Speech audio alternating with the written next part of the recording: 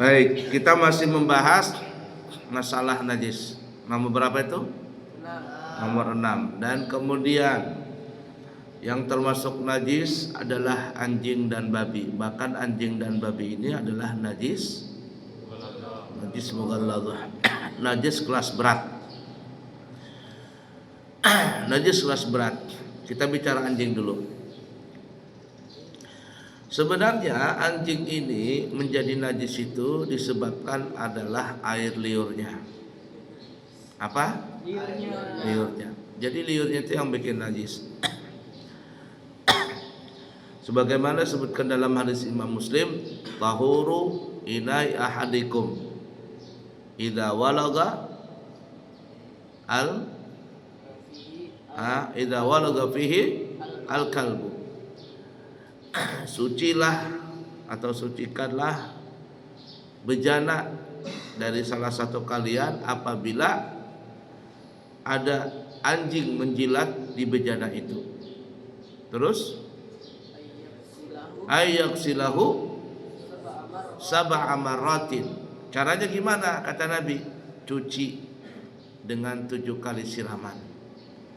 Ulahunna biturabi. Salah satunya adalah dengan pakai tanah. Dengan tanah.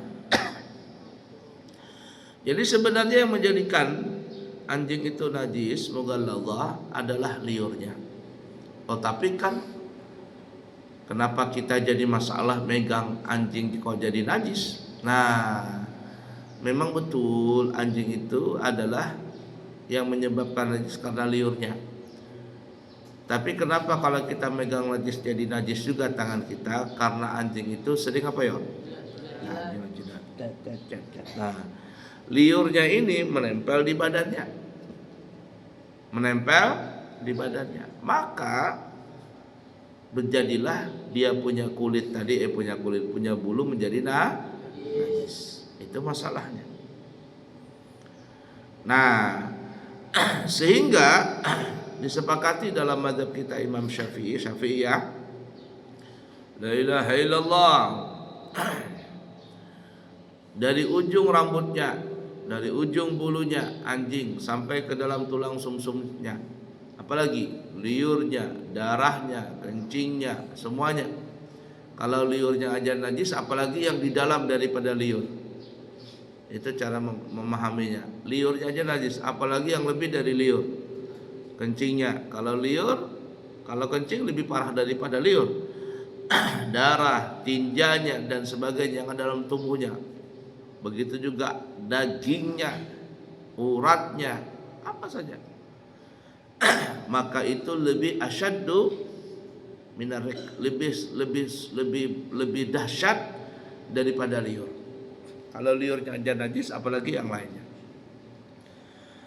Oleh karenanya, apabila terkena anjing, maka hukumnya menjadi najis.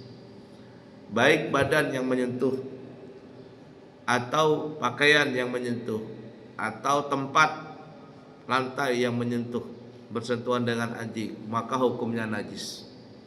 Dengan syarat, perhatikan ini, la ilaha illallah, apabila basah dua-duanya, tangan basah, anjing basah, maka kontak dia. Atau basah salah satunya, tangannya basah, tangan kita basah, anjing kering, kita pegang, nempel di kulit kita, najis tadi. Atau kulit kita kering, anjingnya basah, kita pegang, maka nempel di sini. Tapi kalau kering sama kering itu tidak berpindah najisnya. Cuman masalahnya walaupun tangan kita ini kering, kelihatannya kering, namun pada hakikatnya kalau kita perhatikan secara sesama, ini lembab kita punya tangan. Paham gak? Ini kering tangan Abu ya nih, tangan kamu kering. Tapi kalau kita pegang, ini sebenarnya tangan kita ini lembab. Apa lembabnya? Karena ada apa? Keringat. Ini ada keringat sini. Makanya kalau ada orang mengadukan kriminal ke polisi. Tanya polisi, ada apa? Katanya ada, naudzubillah min dzalik, nasallallahu alaihi, ada pencurian, perampokan. Oh, kata polisi. Baik. Apa yang dilakukan oleh polisi? Polisi itu akan datang ke TKP, tempat kejadian perkara. Dibikin garis polisi. Lalu polisi akan memeriksa dulu. Apa yang diperiksa? Sidik jari. Ada caranya tuh. Pakai kuasnya. Oh, ada sidik jari. Kok bisa ada sidik jari di situ? Ya tadi, karena tangan kita ini lembab. Lembab. Kita pegang nih, bersidik jari. Ini handphone ini lah. Tangan kita kering.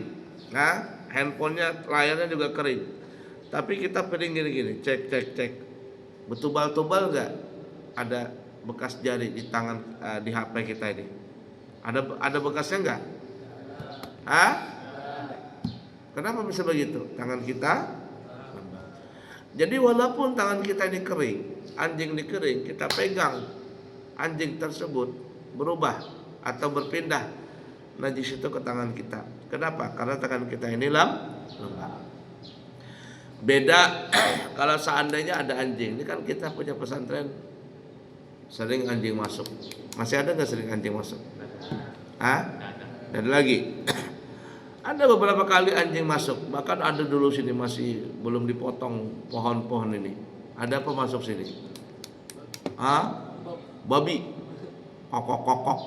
Babi masuk. Ada 6-7 ekor babi. Babi apa itu?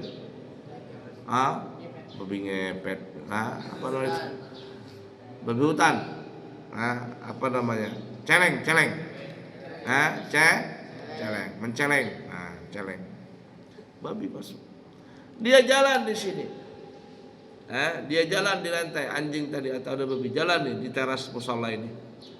Musolanya tanahnya kering, anjingnya kering, babinya kering, jalan dia. Apakah lantai itu jadi najis? Najis atau tidak? Najis atau tidak? Tidak. Kenapa tidak? Karena kering sama. Tapi kalau habis hujan, jalannya basah, anjing lewat, cek. Apa lantai tadi? Najis. Atau anjingnya habis tercebur ke kolam situ, tercebur dalam bendungan di jembatan itu. Naik dia, Jokowi, ada anjing, lari, keluar dia dari situ. Jokowi ngejar, ayo bro. Anjingnya, wah ini bukan broku ini, besti. Mana ada bestiku begini? Jokowi ngejar nih, bro, sini bro, katanya. Mana ada broku ini, masa bro bawa kayu, katanya. Besti bawa kayu, jangan-jangan aku mau dipukul, kata anjing. Lari anjingnya, jalan di apa namanya itu? Di jalanan. Jalannya kering, tapi anjingnya basah. Apa jalanan itu hukumnya? Paham kira-kira? Ingat itu. Jadi najis itu bisa berpindah kalau basah dua-duanya atau salah satunya basah. Faham dong? Nah, kita kembali ke anjing. Jadi anjing itu yang menyebabkan najis tadi adalah hukum asalnya adalah liurnya itu. Nah, tapi kenapa kok kita megang kulit anjing, bulu anjing jadi najis? Karena anjing itu suka jilat-jilat. Dia mandi terus. Anjing itu mandi juga. Kayak kucing itu. Kucing itu mandi. Tapi kucingnya mandi pakai liurnya. Sama dengan anjing. Cuman liur kucing dengan liur anjing, liur kucing itu bersih. Tidak najis. Itu ada kamu baca, nanti kamu pulang lihat di YouTube. Ya, pemeriksaan anjing, liur anjing dan liur kucing. Keluar videonya mungkin. Orang nanti meriksa liur anjing tuh. Ditaruh kaca. Dikasih liur, ditaruh di mana tuh, di laboratorium, dilihat. Ternyata banyak kuman-kumannya di situ, najisnya banyak. Itu yang menjadikan bahaya. Sedangkan kucing, air liur kucing diambil, cek, ditaruh di kaca, orang diperiksa, tidak ada najisnya, tidak ada bakterinya, bersih. Makanya liur kucing itu tidak ada masalah. Kalau kucing liur jilat air minum, tapi biarkan aja dia minum di bak situ, tidak apa-apa. Atau kamu sekalian, cek, kita bagi sama ya, lakuin situ, tidak apa-apa. Nggak lama nanti dia jadi kit woman kit woman. Kenapa? Karena bercampur dengan kucing. Kayak itu juga kayak Spiderman kan, gara-gara jadi Spiderman bisa jadi apa tuh? Karena digigit sama laba-laba, kan? Siapa tahu nanti kamu begitu ada kucingnya, kita minum sekali digigit sama kucing, malamnya kepanasan dia, meow, jadi kucing. Ya akhirnya besok ketemu kucing, gigit lagi, cek, kucingnya jadi manusia, yang manusia jadi kucing. La ilaha illallah. Ya, kita kembali ya.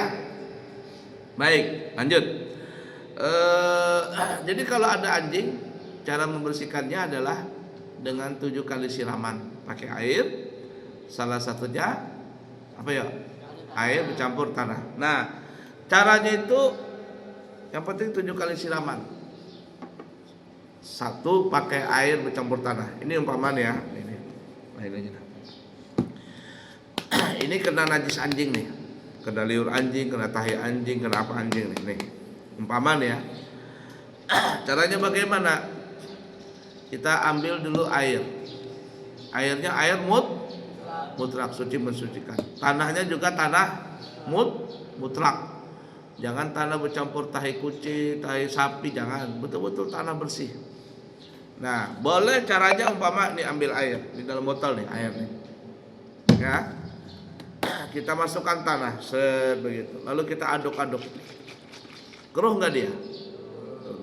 Ini tempat atau badan atau pakaian atau tempat kena najis. Siram sampai mengalir.